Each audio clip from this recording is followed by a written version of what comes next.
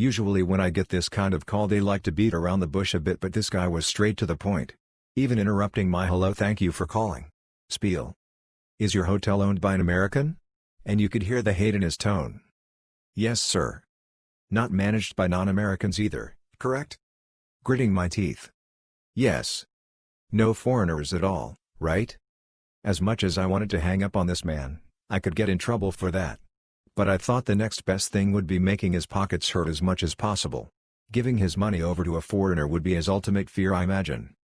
"No sir, we are ran by an American citizen," I said gruffly. "Oh good. Well, I have my card ready."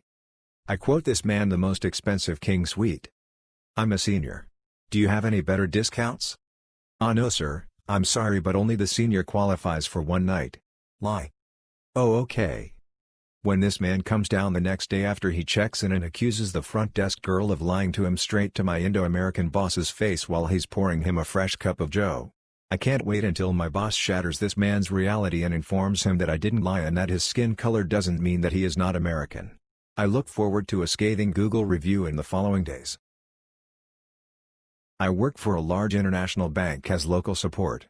It's not a bad job by any means, but some things make me question my own sanity. The PA of some executive comes to me telling me she has a question. Apparently she needs to upload a picture to a website and she doesn't want to give them our system. I ask her to show me what she exactly means, since whilst I do have a clue what she might be referring to, I hope with all my heart she isn't asking what I think she's asking. She proceeds by opening a mail, opens a link, waiting till the page loads in the browser, clicks on the select picture button, continues to select the desired image, pauses, stares at me and asks, "So I don't want to give website access to our systems. Is this even allowed?" Me trying to keep a straight face. "Well, that's how it generally works, yeah." Looking annoyed at me. No, but like this must be against company policy, they have to pick up the picture." Frowns. Really trying to keep myself from not crying out of desperation and disbelief. "Ma'am, that's not how it works. You choose a file to send them, they don't have access to anything beyond what you actively select, they don't pick up anything." After a bit more talking she was sufficiently convinced. She told me she never saw anything like this before, which I sincerely doubt, wished me a good day and went off to do God knows what for the remainder of the day. Worst thing is that these people make more money in a month than I do in half a year. So I was reminded of this by another post I saw earlier about debt collectors. Basically I work in a call center for a fairly large not-for-profit. We get calls all the time from department collectors looking for people, and normally the interaction below plays out in which we politely tell them to flip off. "DC, can I speak to X?" Me, what is it regards to? DC, it's a personal business matter. Translation: they owe us money. They almost always say this. Me, sorry, regardless of whether X is with us or not, we have a policy of not getting involved in personal business matters. I will be unable to transfer your call or leave a message. Anything else I can help with? DC, no, that will be all. End call. However, sometimes they do try to push back. And our rule here is simply, if they push, don't move. And we are more than happy to comply, management included. DC, hello, can I speak with X? Me, what is it in regards to? DC, doesn't matter, are they there or not? Me, if you are unable to tell me what it is in regards to, sir, I am unable to assist you any further. DC, is there anyone else I can talk to? Me, not unless you can tell me the purpose of your call, sir. DC, alright, well then give me your manager so I can talk to them about your attitude. Me, certainly sir, please hold the line. I call my manager over and tell them there is a complaint about me. Manager, hello, this is why I'm me's manager. How can I help you? DC, your staff member has been incredibly rude and unhelpful. I'm shocked at how poorly you're training your staff. Manager, my apologies for that, sir. I will be sure to have a word with him after this call. May I help with your initial inquiry? DC, yes please. Can I speak with X? Manager, now realizing what this is, what is it in regards to? DC, as I said before. That doesn't matter. Now are you going to do your job and put me through or not? Manager, I'm going to do my job and not. Is there anything else we can help with? DC, click. Manager, out loud to no one in particular after carefully putting down the receiver, well flip you too buddy.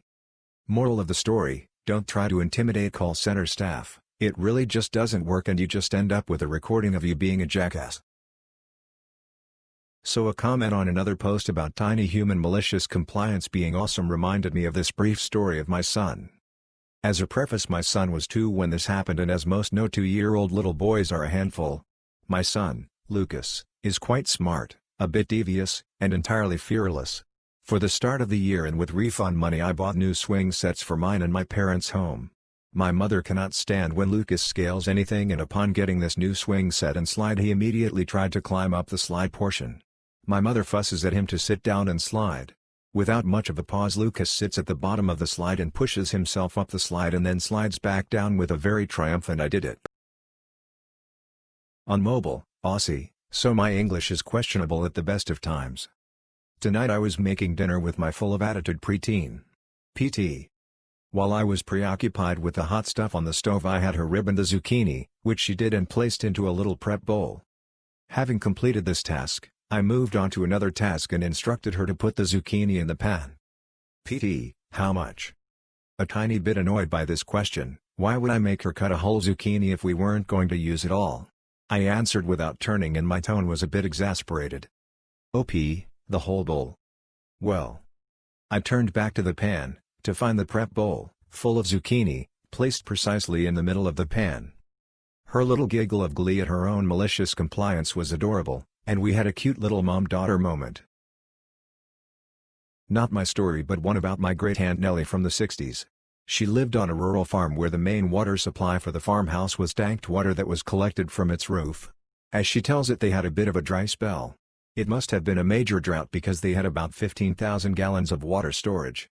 Nellie idioted to nagged my great-uncle George about getting a water tanker delivery to partially fill the tank storage, but he kept on saying that it would rain soon and it was a waste of money to pay for water when God would provide it for free. Came the evening when the water ran out. They had just enough water in the kettle for breakfast and the morning tea. George was cold, so he used most of the water in the kettle to make himself a hot water bottle.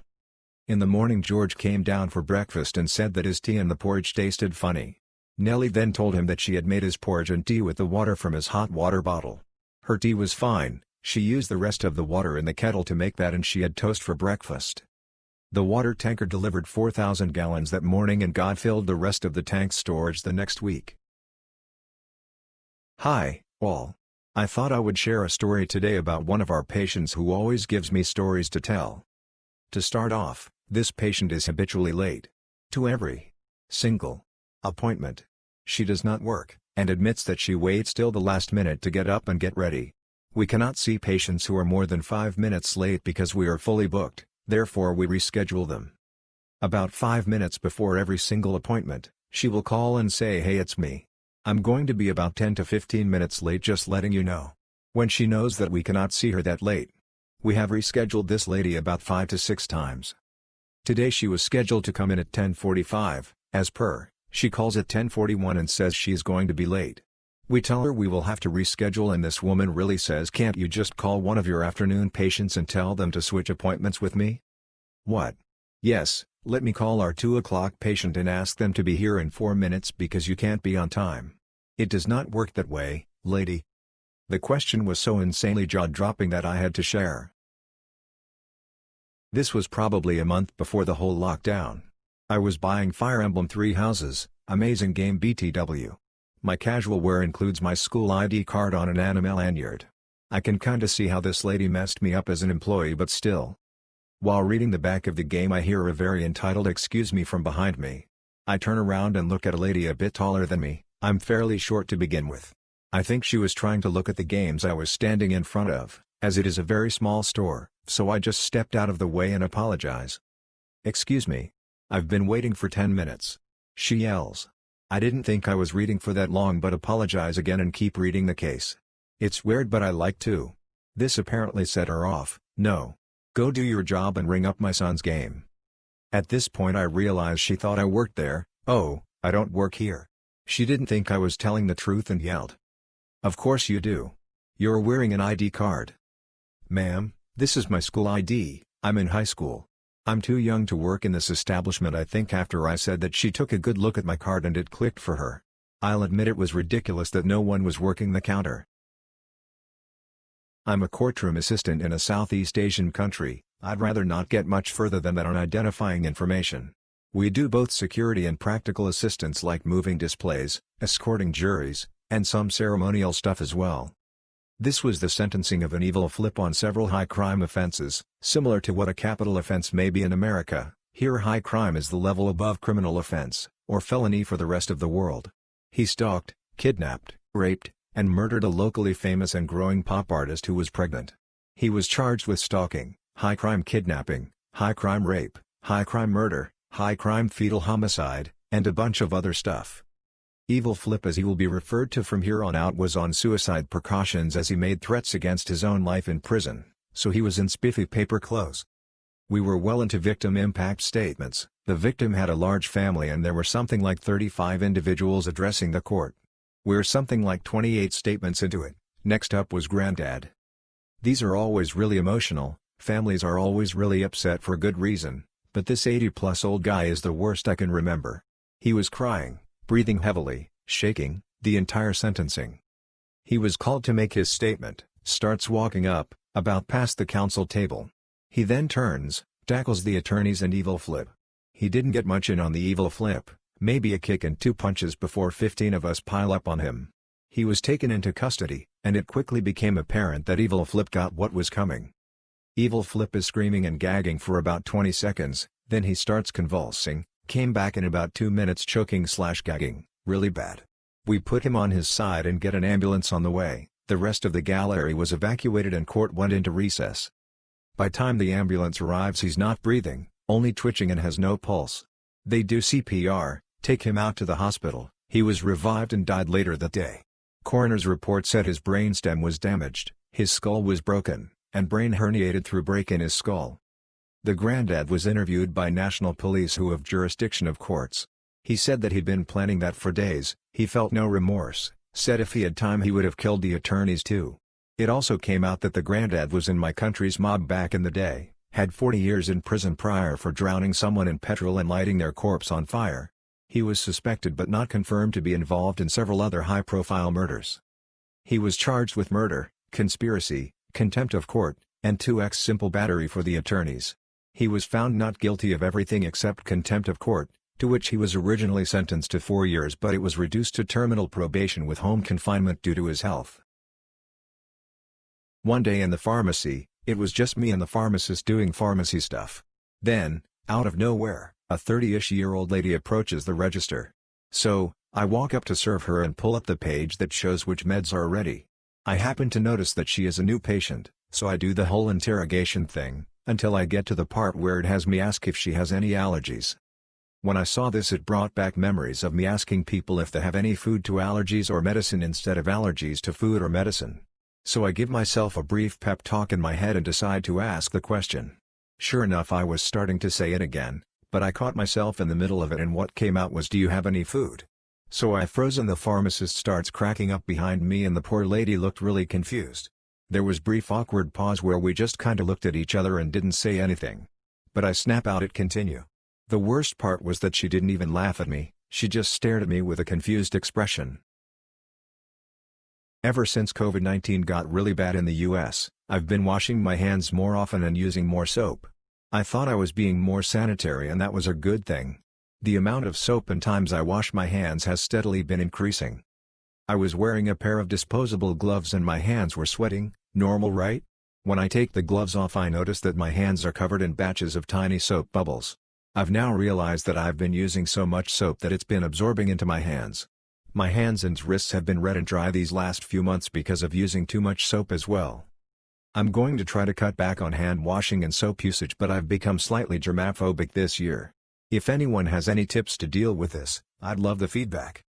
TL, Doctor, have been using so much soap that when I was wearing plastic gloves I started to sweat soap out of my hands.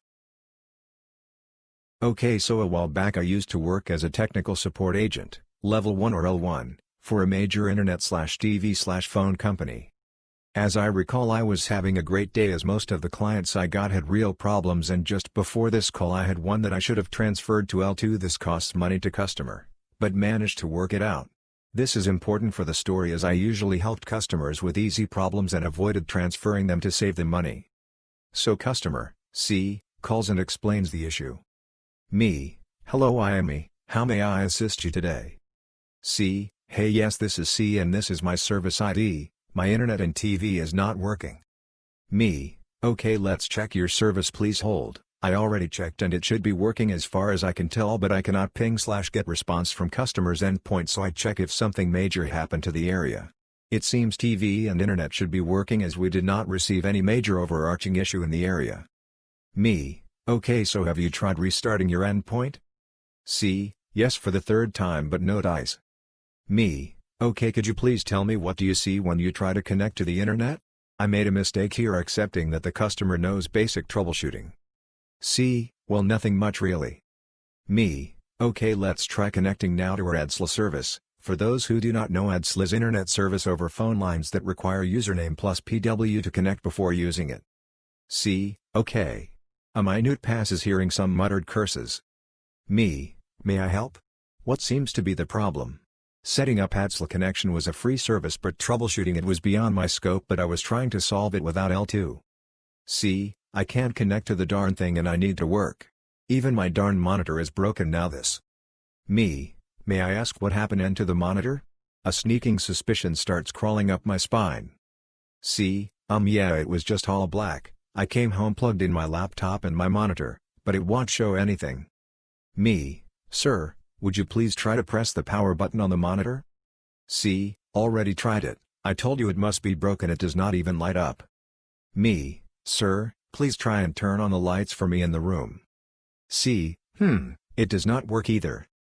Me, sir your internet does not work because there is no power in your house I think you should contact your power provider do you want me to search for their hotline? C, please do. This started last week, when I tried to go to the walk-in clinic but was told even that is appointment only. That day I called the second office they wanted to send me to, closed.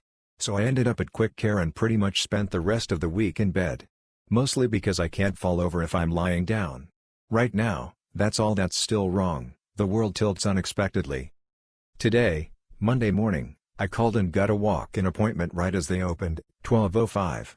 Even then, it was 1215 when they called me.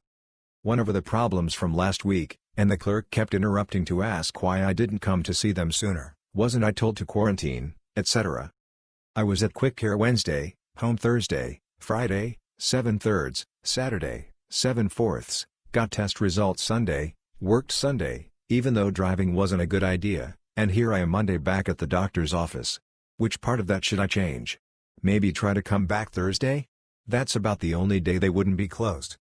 The doctor wants me to try a new medicine for a few days, don't drive until I haven't been dizzy for 2 days, but the medicine is at a pharmacy 10 miles away, and by the way come back here to see your regular doctor again tomorrow.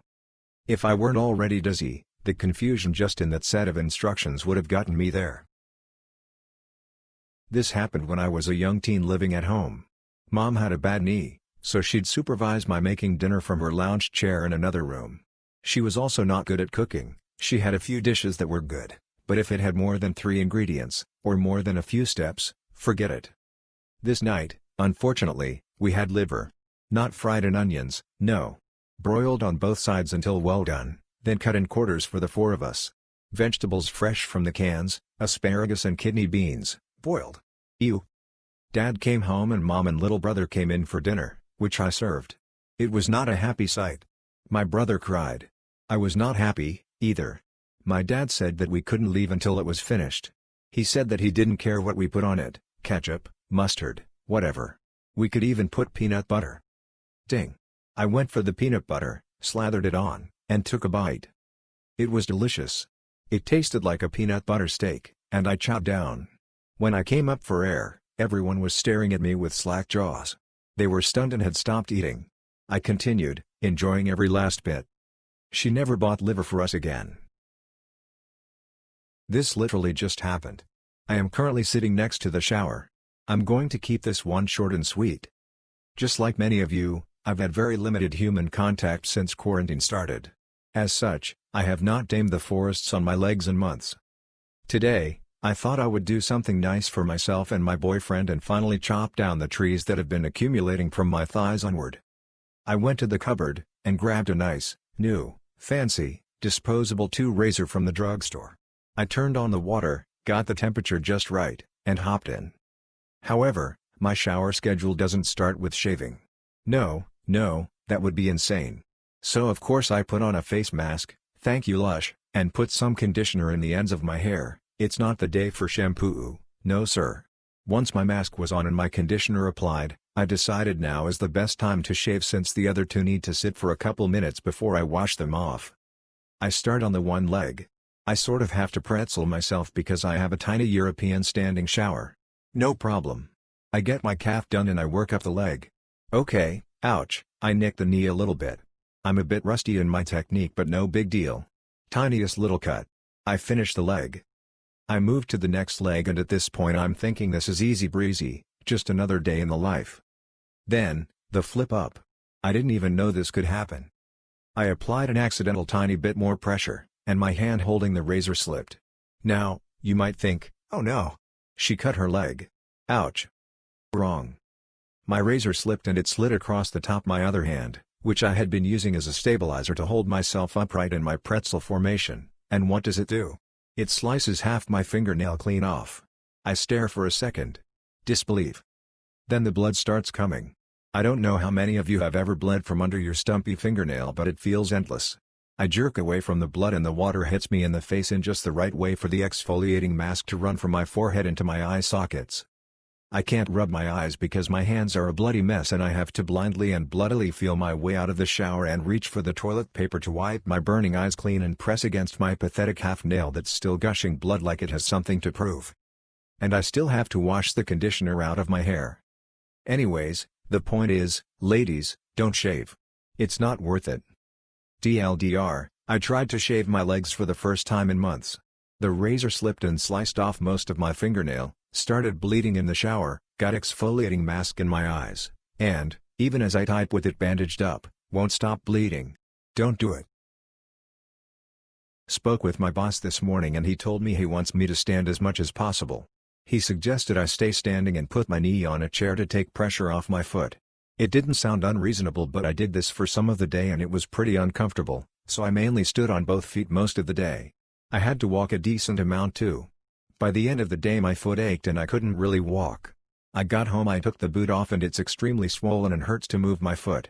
Tomorrow is my day off and I already made an appointment to see my doctor and get a note from him. Hoping this is just a flare-up and I'll be back to normal soon. What kind of questions should I ask? What kind of accommodations should I ask about? I'm really worried I'll get let go if I'm unable to walk around and stand throughout the shift. With current situations going on, nobody is really hiring and I need to save money for school. Disclaimer, this happened last year in high school. This takes place in my AP Economics classroom, which was fairly easy for me, so I wasn't always paying as much attention as I should have been. I also sat in the back row, which led to me looking around the classroom. Something that caught my eye at the end of class one day was there was a swastika drawn on the wall. This is where the flip-up starts. I forgot to tell the teacher about the doodle, and pulled out my Sharpie the following day. In the few minutes before class, I was going to try to cover it up by extending some of the lines and making it into a tic-tac-toe board. I was filling in the X's and O's, when I hear a voice behind me, and I see the principal was in the room, staring down at me. He didn't seem too happy with me, and ended up giving me a detention and calls my parents. They were understanding, but the principal wasn't though. I'm glad I'm no longer in high school. TL, Doctor, I turned a graffiti swastika into a tic-tac-toe game on the wall in front of the high school principal and got a detention. I'm 22F and I live with 3 men. I didn't know this prior to being able to back out of the lease signing, despite me asking, and the circumstances were a bit tricky but I figured I'd be fine.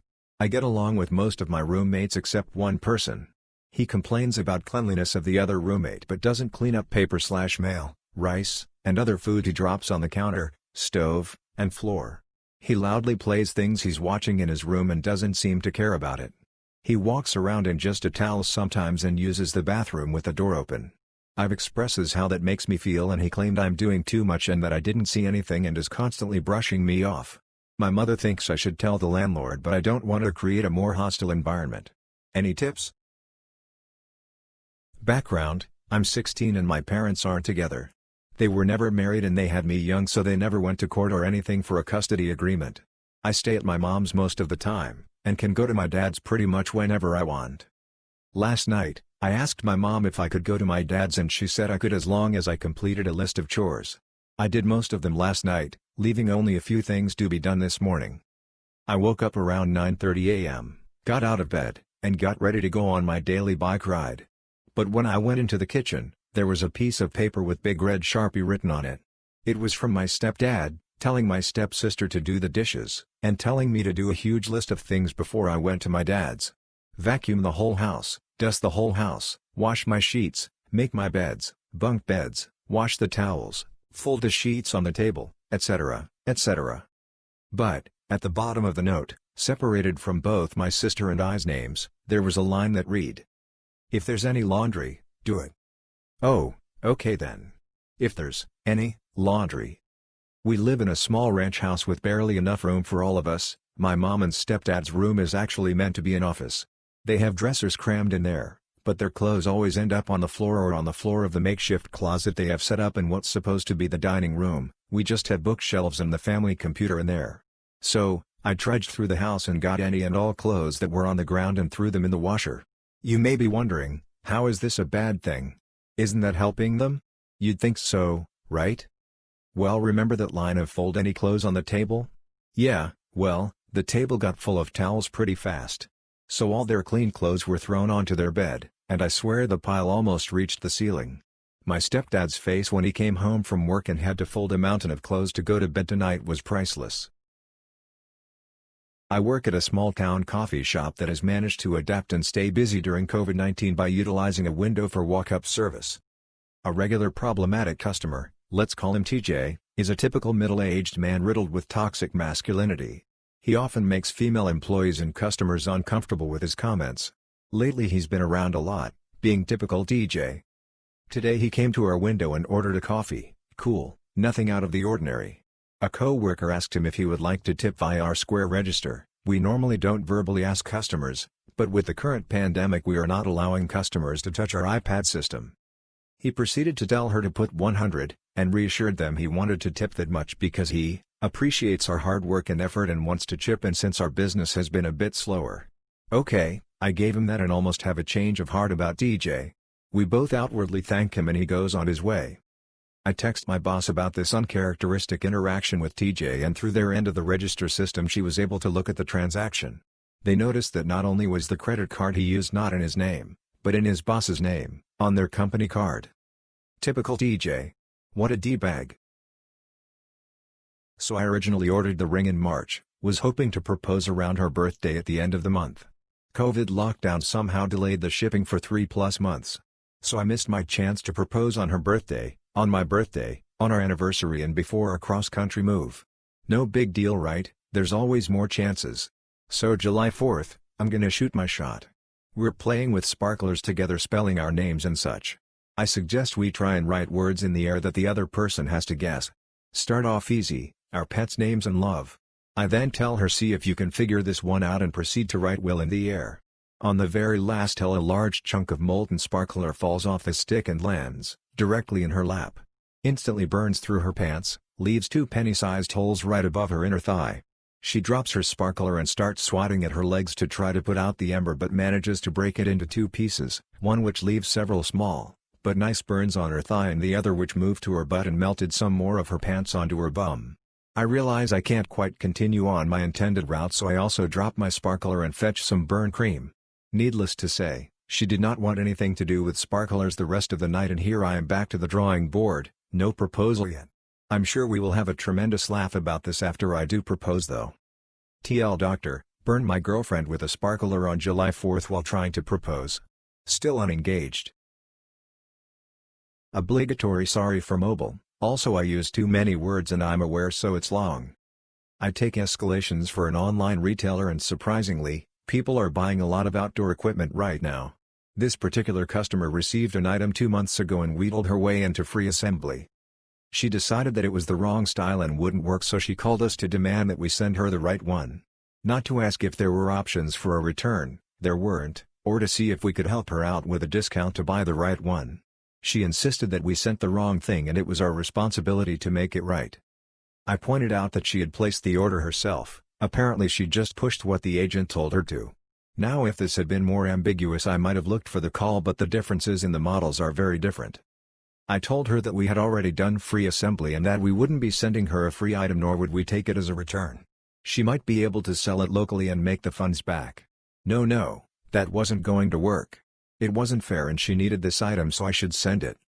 Now up to this point she had been whiny and pushy, but her voice wasn't loud and she wasn't swearing. The moment I made it clear that I wouldn't be doing what she wanted, the flip switched. Well, you're just a F% at ending C% hash equals and hung up. Now, this made me laugh, but her attitude made me wonder if she had pulled this stuff before. Spoiler alert, she had, and she had gotten away with it. Now, I brought this to the attention of our executive team and threw in the fact that she spoke to me like she did. I'm generally extremely good with customers and they know this. Long story short, too late, we don't want our money. It's not worth the annoyance.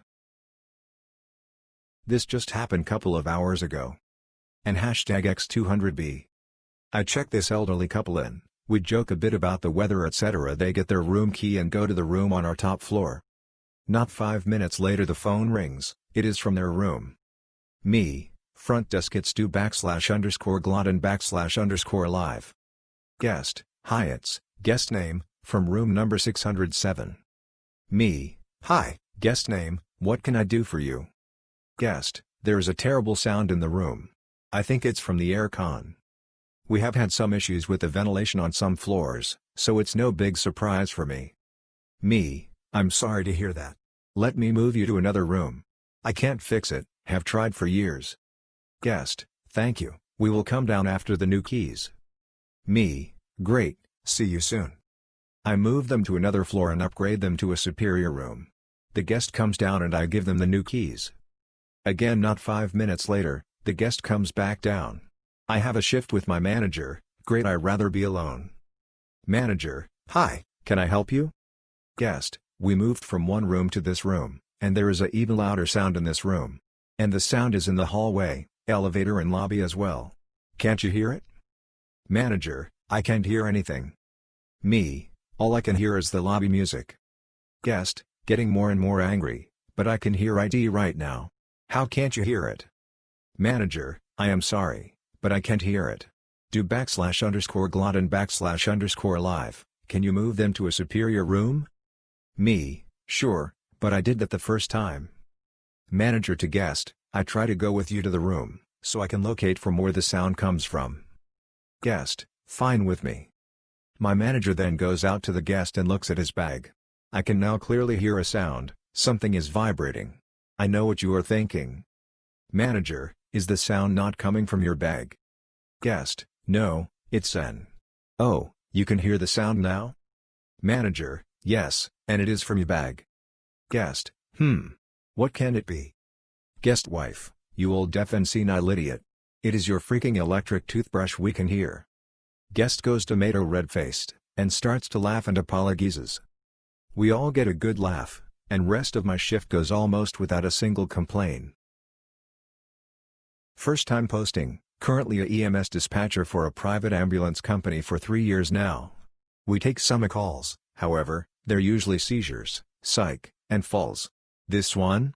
Probably should have been psych, but unfortunately she wasn't the patient. This call happened in my first year, while I was pretty fresh and didn't understand the power of controlling a call. And #X200B. Me, okay, tell me exactly what happened. CLR, yeah, my mom fell in the other room, you know we have her locked in there right now, but yeah, she fell and I think she may have hit her head. Me, okay, are you with her now? CLR, well, you see, she has dementia, and we live in a new home, so she is locked in there. You see, we can't have her wandering because of the bears that are around here. Me, have you gone to check on her yet? CLR, no, I can't unlock her door because she will get out and the bears will get her. Me, can you please go check on the patient? CLR, yeah, I think she might have hit her head, it sounded like she hit the end table, that's what woke me up, but even our big dog, insert large dog brand, is afraid to go outside because there are bears here at this new house. Please send the ambulance but make sure they get in and out quick because the bears will get them. Rinse and repeat for literally every one of the 10 questions involved with a fall. I was essentially working with a third-party caller as she flat out refused to unlock her mother from the room until the imps got there, let alone even go look at her. And #X200B. I kid you not, I heard way more about these bears than I ever got out of her regarding her fallen mother. While I may have wanted to bash my head into the desk repeatedly asking her the questions, now I can have a good belly laugh over it.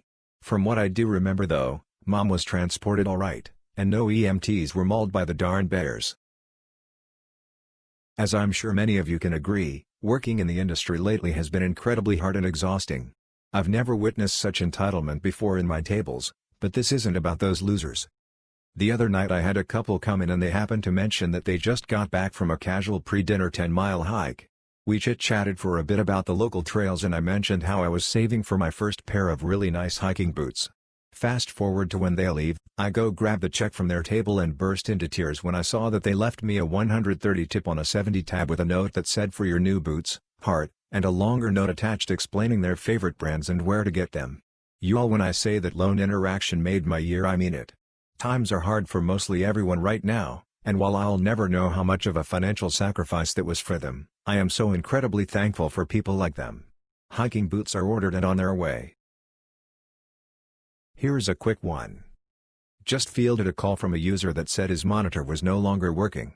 It took about 10 minutes of me asking before he told me he changed something. Turns out he went out and bought 2 Wi-Fi USB adapters and plugged one into his monitor's USB port and one into his PC. Then proceeded to try and connect his computer to the monitor through Wi-Fi. It took almost 15 minutes for me to explain that is not how it works even though he insisted it would. He is an accountant BTW. He then proceeded to send me a link to a monitor that can connect via Wi-Fi as though that somehow proved his Wi-Fi adapter's trick works, and I just didn't want to help him figure it out. Also got annoyed that he spent $140 on a Wi-Fi adapters and apparently can't return it. Not sure why though, and not sure why he spent $140 on it. He is going to be less happy when he finds out I am billing him for the time. I bet he is going to spend the next few hours trying to get it to work with a chant of "I can't wait to prove them wrong" on repeat in his head. The problem with being the smartest guy in the room is that you need to actually be the smartest guy in the room. Picture it. Monday night. At a sushi restaurant in July. Okay, you're picturing it wrong. July is normally our slowest month of the year. But tonight was the busiest it had been since Christmas. 30-minute long table waits. Hour-long sushi times. Reservations getting sat late because we physically only have 11 tables but 5 parties wanting to sit with us. There's 3 of us, 2 servers and our manager. Our hostess quit and I'm in the tallest weeds I think I've ever witnessed in my career. We physically cannot keep up. In comes a Mormon family, sat for me. Awesome. If you're not a Utahn, Mormons are overly nice to service workers, in my experience. They absolutely will judge you for the tattoo on your arm or the bad dye job on your hair, but to your face they're extremely sweet and easy to work with. They've waited 35 minutes for a table, and they're happy to be sat. I bring them their welcome settings and ask their drink order. We're drinking water but he will have a vodka on the rocks. They gesture to their 20-something son and he laughs. I joke about needing one too and say I wish I could make it a double, illegal in Utah. They laugh and say, "Oh, we're not actually the drinking type." To which we have a genuinely pleasant interaction. I feel like this isn't a rare interaction type, and it genuinely lifted my mood. I told my friend group chat about it today and the first comment I got was, "How is that a joke? That's so dumb." Funny how it's easy to tell who hasn't ever worked service industry.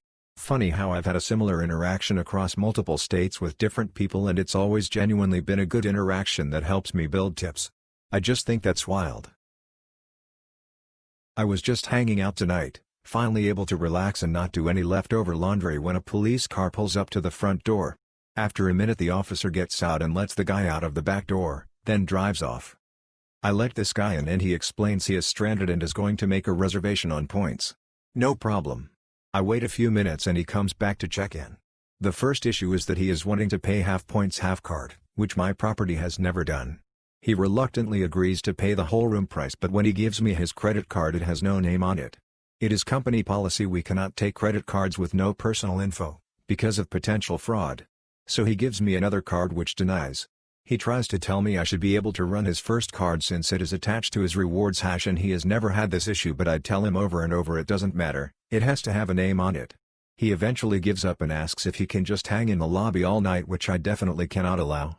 So off he goes to try the other 2 hotels next to mine while I advise him they will probably not accept the card.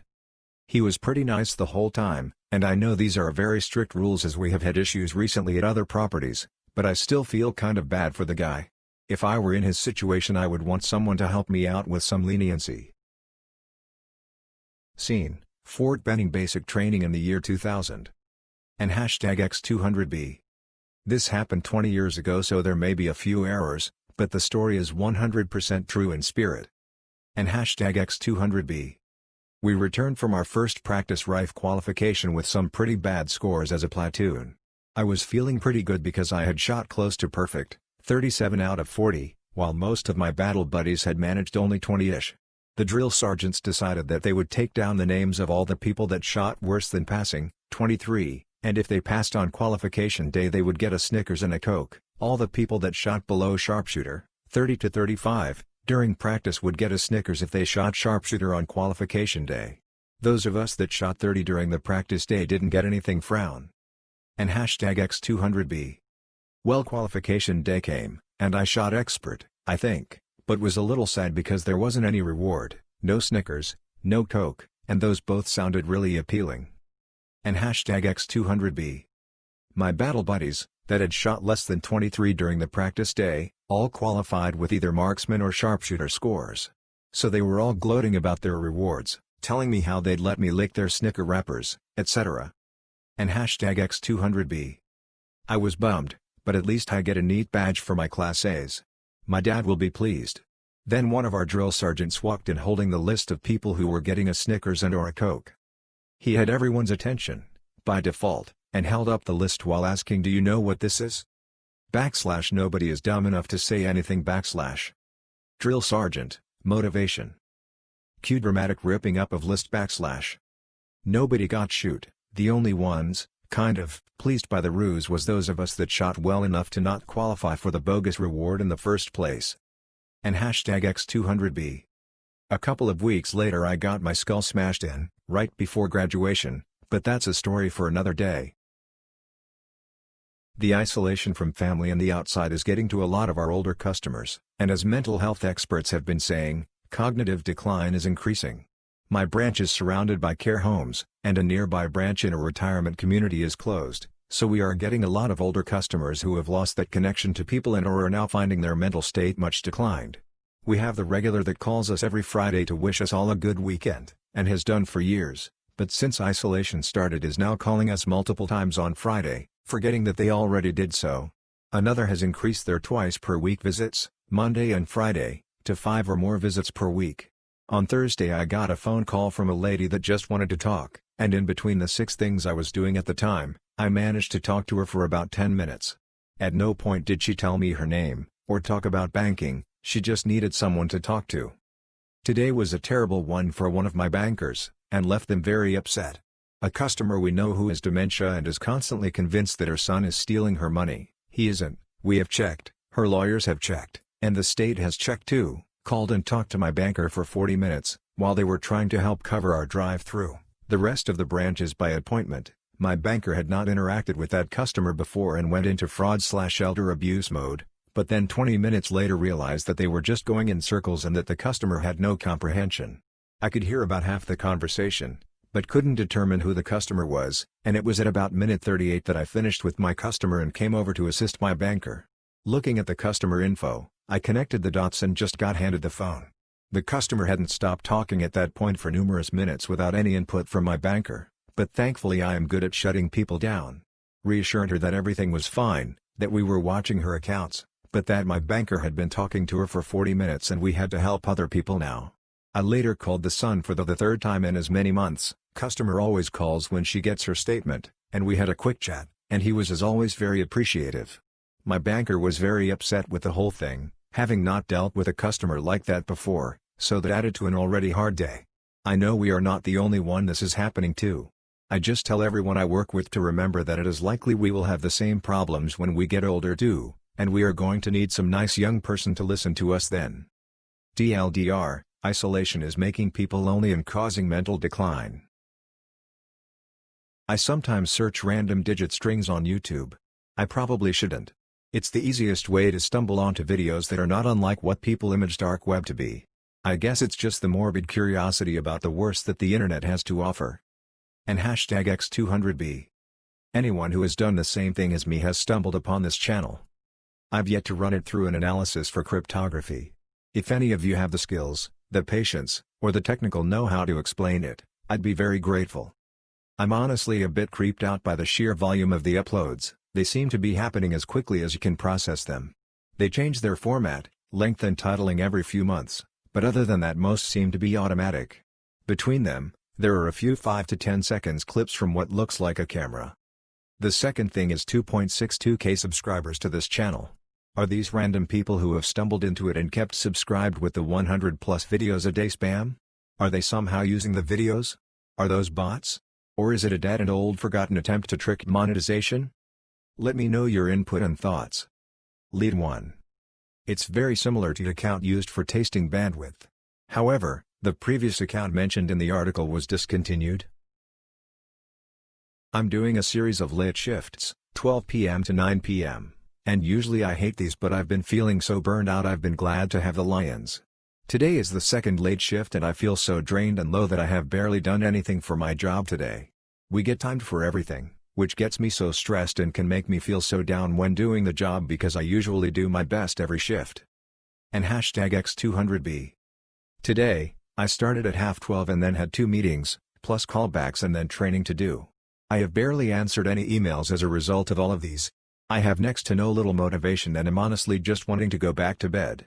I feel so depressed today I wanted to cry. If no one reads, that's fine. But I just needed to get this moan out.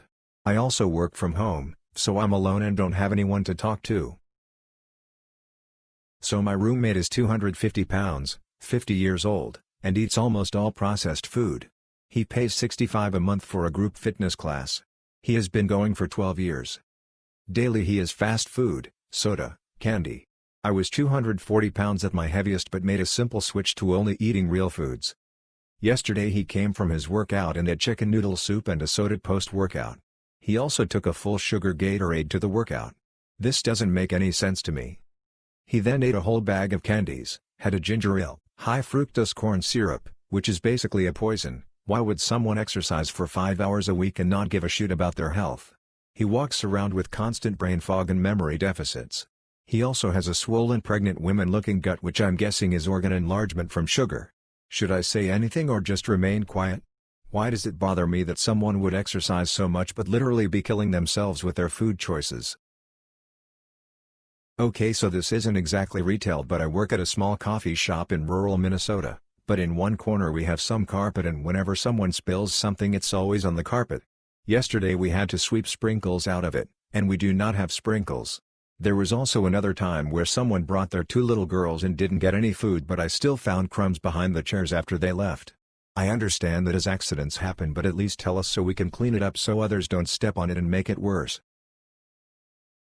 This is more about the guy I work with than the guests, they suck too. If there's a better sub for this, let me know. The office space of our building is being remodeled to conform to COVID safety guidelines, so our maintenance manager is having a lot of meetings. We've had updates to our office cubicles, private and public conference rooms, a new sign-in system that requires less contact, you name it. This guy has always been weird, and has always gotten on my nerves because he doesn't really do his job. These meetings have been the most he's done in the years he's been here. He normally just shoves all his responsibilities onto the guy underneath him and plays in his phone in his office. He's impossible to find whenever there's a problem and never lifts a finger to help, going so far as telling our mailroom staff to leave the mailroom to move furniture around on different floors, one of his responsibilities. Now that he's having all these meetings, he's making me look like an idiot. He'll schedule meetings with 4 or 5 different company representatives at the same time but only have a meeting with one. Whoever gets here first is the party he meets with. Not only is he flooding our small lobby with people, making social distancing impossible, and some of these people refuse to wear masks, which we provide, but they're all getting mad at me because I can't reach him when he's in a meeting. They've asked if I know how to do my job, if I'm new, and if the only reason I still have a job is if I'm sleeping with someone higher up. I've been accused of delaying meetings, tampering with business, making a person's day harder just because I can, and being not all there. Some of them will lean over my desk and try to look at my computer. Maintenance guy thinks I don't need a plastic shield on my desk, or better yet, yell in my face. When he finally shows himself, he's clueless as to why they're frustrated that they had to wait half an hour or longer after the appointed time. Sometimes they leave, understandably, and then he gets upset with me that I couldn't keep them around. This has happened 4 times. Our remodel is taking way longer than it should because of his stupidity. I know I won't be blamed in any way for it, but it's so infuriating watching him be in his la-di-da-zero flips to give world while his guests go off on me because he doesn't know how to schedule meetings. Bartender at a local pizza joint. My buddy came in after a long day dealing with his 2 sick little girls. He tells me a story from today about the littlest. She's screaming for him from the bathroom. She states she's been waiting for 60 years for him. All she wanted was a cheese pizza from our place. Since they were sick, he went with something more appropriate for upset stomachs. But you can guarantee I got him a gift certificate for a cheese pizza for her when she's better. Nice to have good customers to even out the bad ones, lol. I worked in housekeeping in a hotel for months up until this past week. I'm now 35 weeks pregnant. I was scheduled to work 5+ days a week, with 20+ rooms to myself. I came into work recently, because I was on the schedule, and I could barely walk. I couldn't bend my back and my ankles were hugely swollen. I had been in L&D the night before to stop contractions. We didn't have many rooms, but 5 housekeepers in-house. Everyone was almost begging my manager to send me home, as we had too many housekeepers for the amount of rooms. Now, I'm huge at this point in pregnancy. I can't bend too far forward in general. My manager and I, discussed a couple weeks ago that she didn't want me cleaning bathtubs, so I was to have another housekeeper come clean my bathtubs. No biggie, I was fine with that. Well, the day before I quit I had went to find another HK to help with a bathtub. Said manager stopped us in the hall and asked what we were doing socializing on the clock. We explained that she was going to clean a bathtub for me and would go right back to her rooms. She yelled at me and said that if I can't do my job, I need to quit so that she can hire someone who's willing to work. I explained that it wasn't that I wasn't willing to work, rather that's one small task that I myself struggle with accomplishing. She didn't care. She continued yelling at me. Now, I've always hated being yelled at, so I spent the rest of my shift crying while cleaning my rooms. I got home from work, still crying. My boyfriend became extremely upset as I told him what had happened. We decided that it's in the best interest of our child that I just be done, as it's a lot of emotional trouble as well as physical. So I gave my manager her wish, and I went in and handed in my scrubs and quit. She seemed sympathetic, said she understood, was sad to see me go, and for me to come talk to her after I was released from maternity leave. Fast forward to today, another HK at said hotel was talking to this manager, while recording the conversation to send to me. She asked if I would be back after baby. The manager told her that I was lazy and a crybaby so she would never consider hiring me back. I'm glad I quit. I feel like I dodged a bullet.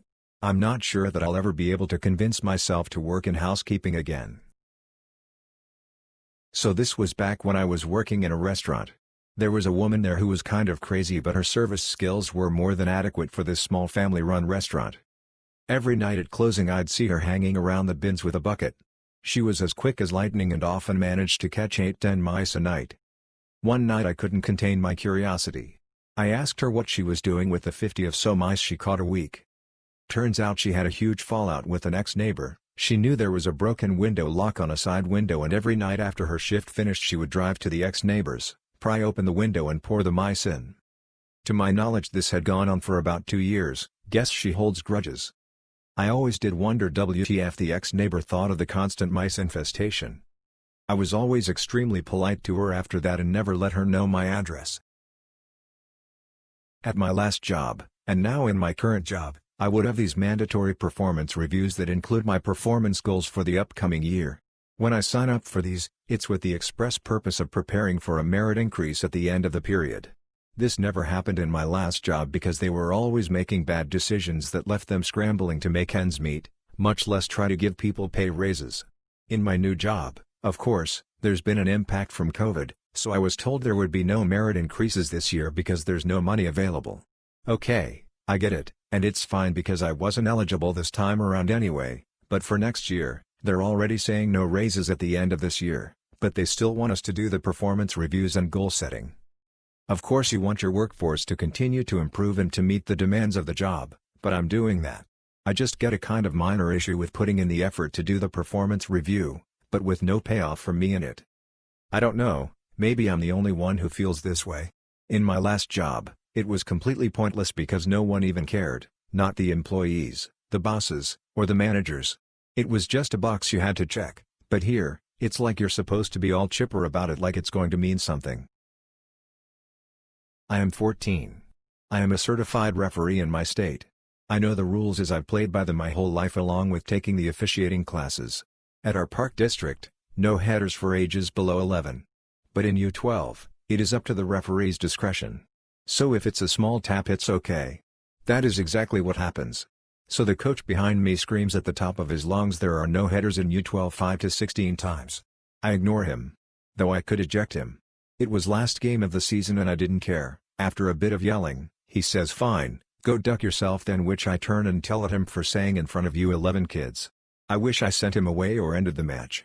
Sadly I didn't do much and my partner is a longtime referee, officiated my matches as I grew up, and he is deaf. So he has no idea what happened. The person who runs Park District in my area has been informed and is taking action. So when I was about 6 or so, I hated brushing my teeth. One day, my mom asked me if I had brushed them that morning and like the liar I was I told her I had. She didn't believe me and made me do a breath check. When it was obvious I hadn't, she decided she was going to brush my teeth for me. I was so angry with her because she was really rough with me. When she was done, she told me to spit. Of course, since I was a little shoot, I had the brilliant idea to spit all over her shirt. She was so angry at me and had to change. Obviously, I was in a ton of trouble at the time and was grounded for a few days. Now, it's a story we bring up pretty frequently because it's absolutely hilarious. Me, 20 meters, and my best friend, 20F, have been close since the 10th grade. We're juniors in college as of this coming fall. Our friendship started on the school bus in 10th grade when I was a nervous kid sitting alone and she came up to me with a huge smile wanting to sit next to me and wouldn't let me be alone and quiet because she wanted me to be comfortable as I just moved there. From then on we were inseparable friends. Always telling each other we love one another, always together at any opportunity. Every weekend and summer were almost entirely spent together. Everyone and their mothers have mistook us for a couple for years. But anyway. I've always liked her a lot but could never tell her how I felt because of fear of ruining what we had, but this past week we took a road trip together 8 hours to Austin, TX. We were there for a week. Sleeping in the same bed like we always do, going to dinner together, hikes, a lot of things one might mistake for couples activities, pretty much the same premise throughout our entire friendship. And over the course of the time we spent together it made me realize how much I genuinely love her. I love every little thing about her. At this point I couldn't bear not telling her how I felt because it was just eating me alive. Eventually I just manned up and told her I had feelings for her. I was kind of expecting her to have somewhat of the same feelings given everything we've been through together and the feeling I got from her, but it kind of backfired. All she could say was that she appreciates it and she doesn't know what to say. Now it's super awkward between us and she won't talk to me unless I talk first. I think I flipped this one up. Now I'm stuck thinking about her and I don't know if it'll ever be the same again. Should I retract what I said? Should I just leave her alone? Who knows? But right now I feel like an idiot for even feeling this way. TLDR, told my best friend I have feelings for her and I didn't get the response I wanted. Hey guys. One of my best friends has recently told every single one of my secrets, personal details and anything negative I've ever said about anyone, which I told her in confidence, to basically everyone in my school. There's only about 150 people. And now every single one of my friends hate me. Even though these friends aren't very nice people they were all I had now and now I have no one, I would do the exact same thing to her but that's basic and I want her to go down with a bang. I don't care the severity, and she also has a boyfriend if that's helpful. Thank you so much. Huge faux pas, right? My friend invited 6 of us girls to a barbecue and swim in her pool, and we all agreed to bring a food item over. I ended up bringing veggie dogs because I'm the only vegetarian, and some chips with salsa. It was a fun night. I ended up getting a little tipsy. As people were leaving a friend who brought a watermelon that no one had cut into ended up taking it home with her and I thought to myself no one touched the veggie dogs, I should take them back with me too. So as I'm leaving I thank the host, grab my veggie dogs and then my stupid brain says I really wanna snack on this half-eaten bag of chips and salsa I brought, later tonight. And take the chips and salsa with me. I drunkenly eat them that night and then the next weekend I'm not invited to the next pool party. I can only assume it's due to my very poor guest manners. Before this happened I had the same group of friends over for a barbecue at my place and was generous with offering food/drinks, so I can say I'm a much better host than I am guest and thought it might be my saving grace, but I guess there's no coming back from that one. DL, drive. Brought snacks to a friend's barbecue, decided I really wanted to eat the rest of them later that night and took them back home with me as we were all leaving. I poor judgment skills,